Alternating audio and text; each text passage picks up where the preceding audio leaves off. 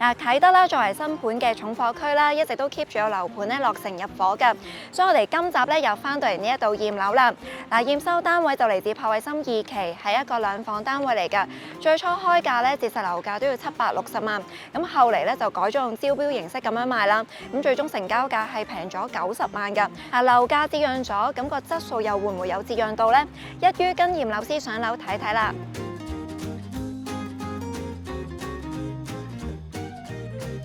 啟德跑道區一共有11個樓盤，已經賣咗10個，包括柏衛森項目，一共有1305伙，分咗3期，由新世界同埋遠東發展。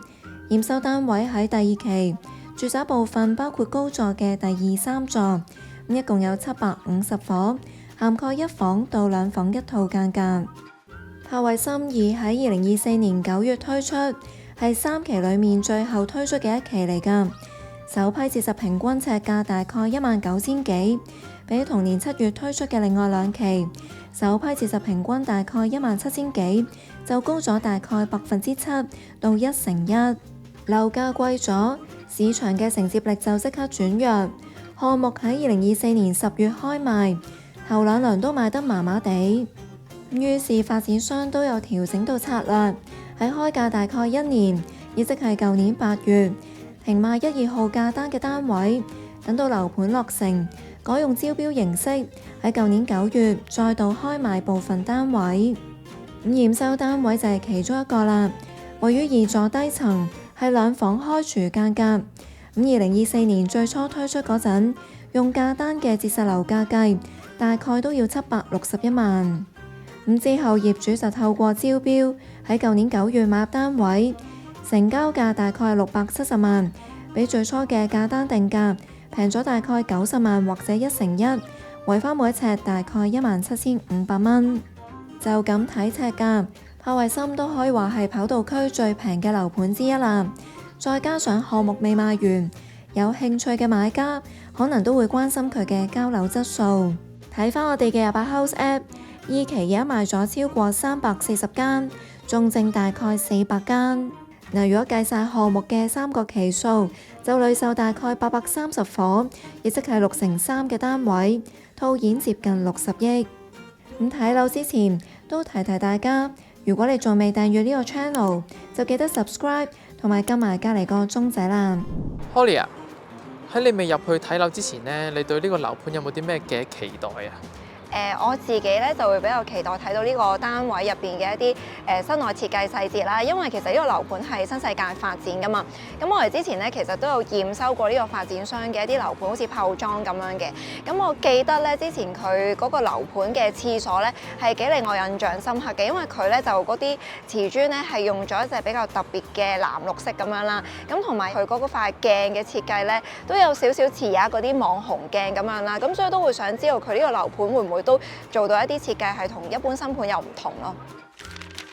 因為呢一期得1、2房呢一啲細單位，所以好似驗收單位所在嘅第2座做例子，1層就多達15伙，共用4部 lift。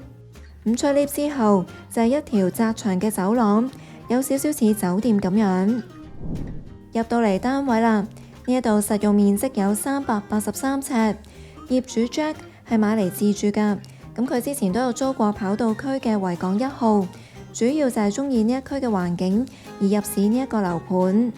嗰邊都住咗差唔多2年㗎啦，咁感覺都係環境比較好啲啦，同埋就比較舒服啲，成個區咧就可能比較深靜啲啦。住完呢邊之後咧，就覺得比較啱我哋。咁因為呢區咧其實都好多樓盤㗎嘛，即係你自己有冇睇過其他樓盤？即係點解會揀到柏衛森呢個盤？因為其他都有睇過嘅，不過可能柏衛森就比較啱我哋嗰個預算啦。我覺得應該都算一個比較合理嘅水平。大廳鋪嘅係木紋磚，驗樓師冇發現到空鼓，不過部分牆身就唔平滑。喺大門側邊咧，見到呢度有塊全身鏡啦。咁其實咧打開之後咧，見到就係一個鞋櫃嘅，咁都擺到唔少鞋㗎啦。咁上面最高嗰層咧，佢就包住一個電箱啦。咁嗰層就可能擺下一啲雜物咁樣啦。跟住再轉過嚟呢邊咧，亦都有啲嘅層架啦，但係佢就唔係好深嘅。你見到大概都係一樽嘢飲咁嘅深度。咁下邊呢一個櫃仔咧，就係一個擺雨遮嘅櫃啦，咁啊下邊都有個兜仔咧，係可以接住啲水咁樣，都幾貼心。但係我自己覺得咧，其實通常啲遮咧都係會乾晒先會收翻入個櫃嗰度啦，咁所以就未必會用得着嗰個下邊個兜仔啦。咁至於中間呢個細細嘅位置咧，其實佢大概咧就係可以擺到一部電話度咁樣啦。咁啱啱呢度就有個電掣，就可能方便大家叉電咯。至於呢一組櫃嘅裝修手工方面，除咗櫃腳有污跡，櫃入邊都仲有一個問題㗎。其實過往好多嘅電窗門咧都有刮框嘅問題，不過呢個咧就再為嚴重少少，佢都唔係刮框嘅，就係撞框，直頭俾個邊咧係撞埋頂住咗嘅。你要夾硬閂都閂到嘅，好大力撳到埋去。不過你想開翻嚟就慘啦，因為咧佢會夾得好實，要好大力，咁先開得翻隻門。咁不過鍾 Sir 就話呢一個問題唔難解決，只要換咗個門框就得啦。廚廁係最顯現到發展商設計風格嘅位置，咁亦都係最易出現裝修問題嘅地方。嗱，今次睇客廳之前，一於先睇浴室，冇窗，主要靠企缸裡面嘅抽氣設備通風。咁咧玄關側邊過嚟咧就已經係浴室㗎啦。你見到咧我入到嚟咧就啱啱好咧係夠一個人嘅走動身位啦。咁呢度就真係唔係好大嘅，但係發展商咧其實都好似用盡晒啲地方咧去爭取翻多啲嘅儲物量啦。咁我嚟睇睇呢一組櫃啦。首先呢度咧就有個櫃桶仔啦，跟住側邊呢度咧其實如果大家沖涼係有聽音樂嘅習慣咧，就可以擺部電話喺度，其實佢就有個擴音功能嘅。咁至於上邊呢一個嘅轉角位咧，佢都係做咗一塊過咁樣嘅櫃飾面啦，入邊咧個架咧係可以俾大家去擺風筒嘅。咁我嚟打開埋呢邊嘅櫃睇睇啦。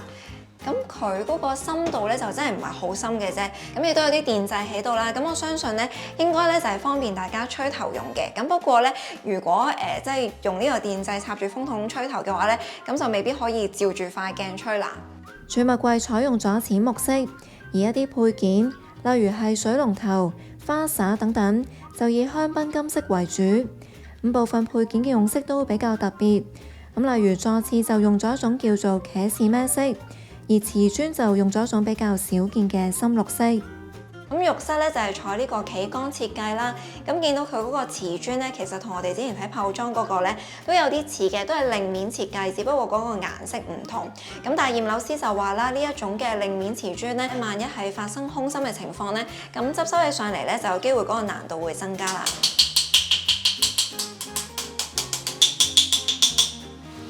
嗱，淋浴間呢度咧就有少少空心磚啦。咁頭先聽到個聲都幾響嘅。有呢啲情況嘅話咧，其實咧轉個窿灌翻一張落嚟都 OK 嘅，唔一定要換嘅。不過呢隻咧，因為佢有啲令面啊，個瓷磚，所以咧有時可能補針窿咧就會難補得靚仔啲咯。咁至於係補針窿打針啦，定係換磚咧？呢個就由發展商去決定㗎啦。廁所比較關心嘅一啲去水問題有冇出事咧？其實幾個位嘅去水都試過晒，洗手盤啦、淋浴間啦、地台水都倒過水落去嘅，咁啲渠都係順嘅，係去得好快嘅。睇完浴室，出返嚟客廳，睇下廚房又設計成點啦。轉過嚟睇一睇呢個開放式廚房嘅位置啦，咁見到佢嗰個工作台咧，其實都做得比一般嘅開廚係深啊。咁只要你留意下雪櫃呢度咧，就知道咧其實佢特別咧係深咗呢個位置出嚟。咁但係我自己覺得咧，如果個雪櫃咧可以褪翻出少少，就追平翻呢個台面咧，就會好啲啦。咁就唔使驚話行過嗰陣咧喺呢度會撞親啊。咁我哋仔細啲睇下呢一個嘅工作台面啦。咁其實而家做深咗之後咧，發展商似乎咧都唔想話浪費咗啲空間啊。咁所以個露頭咧其實本身應該係打直裝啦，咁但係佢而家就打橫。咁後邊咧就多咗個位咧，可以擺下啲電飯煲啊、熱水壺咁樣啦。咁至於個星盤咧，你見佢個深度近乎咧都係追平咗成張台啦，連個水龍頭咧都要打側裝。咁變咗而家就擺個配件喺度咧，你都唔會話覺得嗰個星盤好細咁樣咯。咁不過鐘 Sir 就發現星盤同埋爐邊台面都有花，要打磨一下。咁家電方面，除咗電磁爐同埋抽油煙機，仲有雙門雪櫃同蒸焗爐，牌子就係西門子。咁至於洗衣乾衣機就擺咗出露台，可以騰翻啲空間出嚟儲物。咁打開埋櫥櫃，俾大家睇睇個儲物量。咁除咗呢啲櫥櫃嘅儲物量啦，咁其實咧發展商連嗰個抽油煙機後邊個位置咧都冇嘥到嘅，咁啊裝咗一個調味料架啦，咁同埋咧佢可以透過個輕觸式咧就係控制佢上落咁樣。咁但係我覺得咧，如果大家都有啲煮食經驗嘅話咧，可能咧都未必會成日將佢又上又落，咁可能都會 keep 住咧就係長期拉落嚟，咁就方便咧一煮嘢食要用到調味料嗰陣咧就可以用到啦。如果唔計開放式廚房嘅位置，成個廳有大概110尺，可以明確區分客飯兩廳。飯廳就正係廚房對出嘅位置啦。之前我哋拍過柏衛森1嘅示範單位，同樣係兩房間隔，面積同驗收單位一樣係380幾尺。咁張餐台就擺咗喺呢個位啦。但我自己就覺得改擺一張高身啲嘅吧台，甚至可以一物兩用，用嚟食飯之餘，仲可以用埋嚟做備餐空間，補足翻啲工作台面。咁至於客廳嗰邊，雖然露台門擺咗喺中間，梳化同電視機櫃本身就可以靈活佈局，咁但係要留意啦，兩邊牆身嘅長度唔一樣，分別有大概2.5同1.7米。咁如果想擺張大啲嘅梳化，就要靠翻長少少嗰邊嘅牆身去擺啦。大廳外連3合1露台，有大概40尺。大過一般新盤嘅38尺，而發展商仔呢一個位裝咗個高身儲物櫃，下面收埋咗金章牌嘅洗衣乾衣機。不過鐘 Sir 就提醒，如果屋苑本身唔係咁樣嘅設計，住戶自己唔好立亂將洗衣機擺出露台啦。因為咧洗衣機擺出露台咧，佢哋起樓嘅時候咧要入則同埋要加多一組污水喉嚟排污水嘅。地台嗰啲唔係我嚟排洗衣機啲污水，所以唔做得嘅。而呢度咧，佢做埋組櫃俾你啦。咁可能你平時洗衫要用嘅用品啊，晾衫用嘅用品咧，就買個櫃俾你擠好晒佢。晾衫架當然係有啦。呢度咧就借助咗嗰個扶手去拉出嚟。咁我而家試拉出嚟，拉咗出嚟咧，其實佢有2條嘅。呢個長度幾夠嘅，所以你話掛衫都幾多嘅嚇。咁但係咧呢個可能就要去檢查下。我推晒埋嚟嘅時候咧，左手邊係平嘅，右手邊咧好似仲係突出嚟咁，可能位置上有啲問題。露台嘅其他裝修問題，仲有洗衣機櫃門有刮框嘅情況，同埋地台去水位有垃圾。不過要知道去水位有冇垃圾，首先都要成功打開到個去水蓋。一於聽下鐘 Sir 點樣教路。其實開呢個冚咧係有啲技巧嘅。其實咧，佢呢個 L 型咧，你係要將佢褪出晒嚟先，褪出晒嚟最出面。咁你入邊就有個位啦。咁你撳佢個背面嗰度咧，將佢褪上嚟，咁你就可以伸手將個冚攞出嚟㗎啦。真係話，哎呀，我攝唔到隻手落去啊！揾啲螺絲批幫我幫手，其實都可以攞到出嚟㗎啦。咁由於去水蓋主要都係美觀作用，鐘 Sir 就話，如果住戶嫌麻煩嘅話，可以唔用都得，只要見到有垃圾，即刻處理返就得啦。咁出到嚟露台，順便睇埋個景啦。單位係向避風塘嗰邊，不過隔住屋苑自己嘅低座，再加上單位嘅樓層唔高，所以主要望返會所池景，要喺樓罅之間先至會望到避風塘。咁返返嚟室內，繼續睇埋2間房。咁呢個單位咧係蝴蝶式嘅設計啦，咁2間房就係我嘅左右手兩邊，咁即係話啦，成間就冇走廊位㗎。咁我哋而家先睇睇咧喺廚房側邊嘅嗰間房。嗱，我哋而家睇嘅呢一間咧就係大啲嗰間房啦。咁見到門後邊咧就有個凹位可以做衣櫃啦。咁上面亦都冇柱位，所以咧如果做入牆衣櫃咧係可以做到頂嘅。咁至於剩低嘅地方咧就可以選擇靠窗邊擺翻張床啦。呢一間房挨近60尺，同客廳同向，景觀以低座同瓷景為主。至於睡房嘅裝修手工問題，大部分集中喺窗門位置，例如窗鎖唔順，同埋窗台石邊嘅接膠有窿。咁鐘 Sir 就話呢一啲問題都唔難處理，唯獨是係玻璃崩花嘅問題就要小心處理啦。咁但係呢件玻璃咧，頭先我望嘅咧，又真係有粒幾大嘅崩喺度嘅。咁呢粒勉勉強強就叫做同標準差唔多，要求2mm左右啦。除咗粒崩咧，都有啲花嘅。不過咧，呢粒咧都應該仲可以補到嘅，因為而家嘅技術咧其實係可以，即係如果唔係崩得太嚴重嘅玻璃咧，可以補少少物料落去磨一磨佢咧，其實都做到嘅。但係咧就好罩忌，就係千祈唔好太過重手，因為咧你一重手磨佢咧，你但係磨出嚟啲嘢咧就會扭嘅。咁鐘 Sir 補充，揀打磨而唔揀成塊玻璃換咗佢，係因為拆卸大件玻璃嘅過程入邊，有機會令到窗框變形，增加漏水風險。跟住就睇埋大廳另外嗰邊嘅嗰間房啦。咁雖然細過頭先嗰間，但係都有大概52尺。咁至於另外呢間房咧，其實佢位置咧就喺浴室過啲啦。咁啊，雖然話細啲啦，不過佢嘅面積咧都夠擺張單人床啦，同埋一個衣櫃㗎。呢一間房嘅坐向雖然同大房一樣，但係玻璃幕牆嘅範圍就細啲，視野角度冇咁廣闊。咁不過就唔算有太多裝修問題。主要係窗鉸有鏽跡，同埋玻璃有污跡，需要清理一下。總結單位嘅裝修質素，露台地磚、門同埋來去水等方面嘅手工都做得唔錯。至於批盪、玻璃幕牆同埋整潔度等方面，就有進步嘅空間。單位最終嘅得分有85分。Holly 啊，你睇完個單位之後呢，有冇邊一啲嘅裝修嘅瑕疵呢？係你覺得最難接受㗎？咁其實今日聽嚴老師講完咧，就成個單位個瑕疵都唔算話好多啦。咁不過喺佢提及到嘅瑕疵入邊咧，我自己就即係比較關注咧，就係空心磚嘅問題啦。咁尤其是咧，佢係發生喺企缸入邊嗰個瓷磚啦。咁你知道企缸都係成日沖涼啊、用水啊嘛。咁所以咧，如果空心磚嘅問題冇處理好咧，咁可能有機會第時咧就會漏水咁樣啦。咁發展商回應話，就住單位入邊發現到嘅執修事項，承建商已經聯絡咗業主跟進。啟德跑道作為一個新發展區，交通配套一直都備受關注。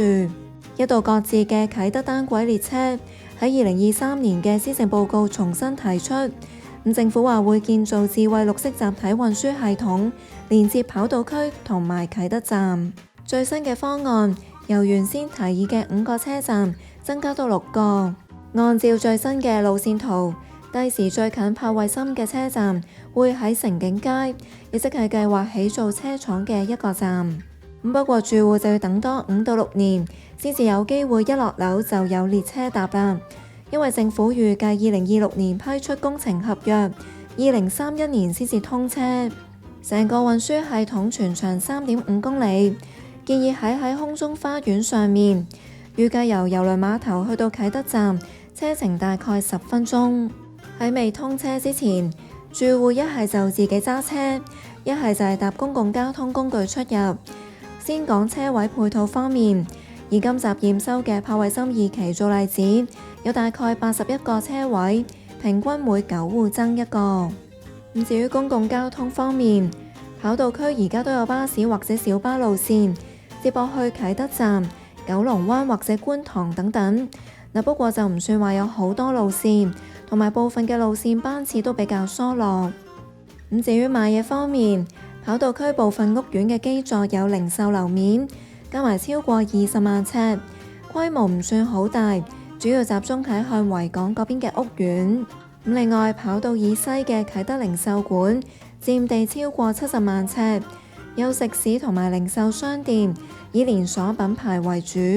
如果想有多啲購物選擇，就要出返去啟德站啦。車站附近嘅 Airside、雙子匯同埋天璽天嘅基座商場，加埋供應超過200萬尺嘅零售樓面，咁有超市、戲院同埋提供各國菜式嘅餐廳。咁而買餸方面就要依賴啟晴邨嘅晴朗商場，除咗有街市，亦都有更多民生商鋪。康樂設施方面，除咗跑道區嘅空中花園，柏惠森嘅會所都有多項設施，佔地超過76000尺，以森林浴作為設計概念。咁入邊有50米長嘅室外泳池、25米長嘅室內泳池、羽毛球場、健身室等等。項目每10尺管理費大概5個半。咁如果有業主都想申請驗樓，可以參照呢個格式 ，email 或者 WhatsApp 俾我哋都得㗎。今日睇個單位咧，雖然唔係話好大啦，但係都見到咧，其實佢發展商都用盡晒啲地方去盡量爭取翻多啲嘅儲物量。咁我其中一個比較中意嘅地方咧，就係佢嗰個玄關櫃啊，因為打開個鞋櫃容量咧，都係幾令我驚喜，其實都擺到唔少鞋。咁唔知道大家又係咪咁樣諗呢？咁都可以喺下面留言話俾我哋知啊，有機會獲得咖啡禮券。咁最後啦，中意呢條片嘅話，記得俾個 like 支持下我哋啦〜